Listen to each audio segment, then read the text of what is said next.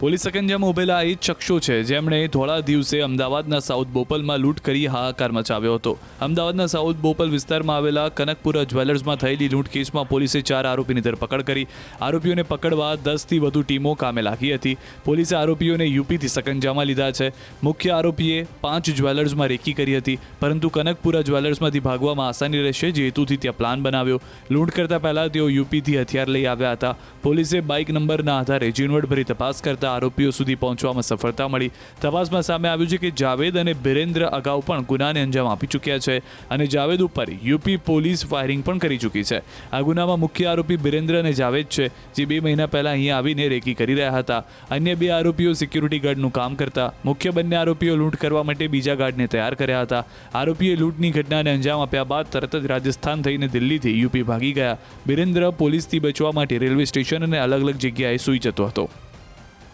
કનકપુરા jewellers જે છે, જે મારીગોલ્ડ સર્કલને પાસે બોપલ વિસ્તારમાં છે, એમાં 4 અજાણ્યા ઇસમો જે છે મોઢા ઉપર રૂમાલ બાંધીને, હેલ્મેટ પહેરીને અને સાથે 3 વેપન લઈને આવ્યા હતા. ઓર એને દાગ ધમકી આપીને, પિસ્તોલ દેખાવીને, વેપન દેખાવીને લૂંટ કરી હતી.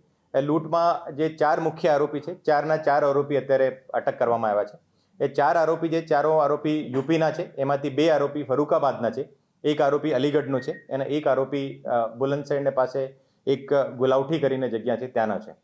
ઓર એ 4 આરોપી જે હતા એમાં ચારોમાંથી 2 આરોપી જે બિરેન્દર અને જાવેદ, એ બંને આરોપી છેલ્લા 2 મહિનાથી જે આ એરિયામાં રેકી કરતા હતા. એ બોપલ વિસ્તારમાં લગભગ 5-6 દુકાનો, જ્વેલર્સની દુકાનોમાં રેકી કરી હતી. ઓર જે લાસ્ટમાં જે કનકપુરા જ્વેલર્સને સિલેક્ટ કરવાનું કારણ એવું હતું કે કનકપુરાને સામે એક રોડ જતી હતી અને આ રોડ ઉપર ભાગવાની સગવડ સારી હતી. અને બીજો જે એનો પેટર્ન હતો, આ પેટર્નને બધો સ્ટડી કર્યો હતો કે દુકાનમાં કઈ ટાઈમ વધારે ગ્રાહકો આવતા હોય, કઈ ટાઈમ જે છે આ દુકાનમાં એના જે ઓનર જે છે એને સાથે જે કામ કરવાવાળા ક્યારે વધારે આવશે.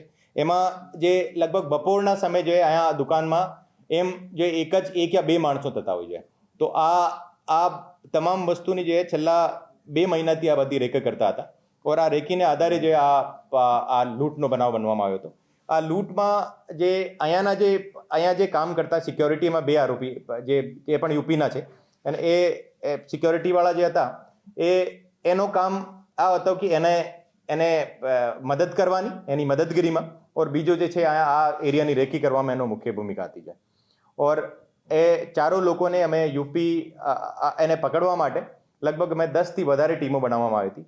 જાવેદ અને બિરેન્દ્ર જે છે એ ક્રિમિનલ ઇતિહાસ ધરાવે છે અને એમાં જાવેદની વિરુદ્ધ 2 લૂંટના બનાવ, એક બુલંદશહેરમાં છે અને એક અલીગઢમાં છે. એને જે બિરેન્દ્ર છે, બિરેન્દ્રને વિરુદ્ધ 2007માં એક લૂંટનો બનાવ બનેલો છે. અને એ બંને જે છે એ બંને કઈ ટોળકી સાથે જોડાયેલા છે એને બારેમાં પણ અત્યારે અમારી તપાસ ચાલુ છે.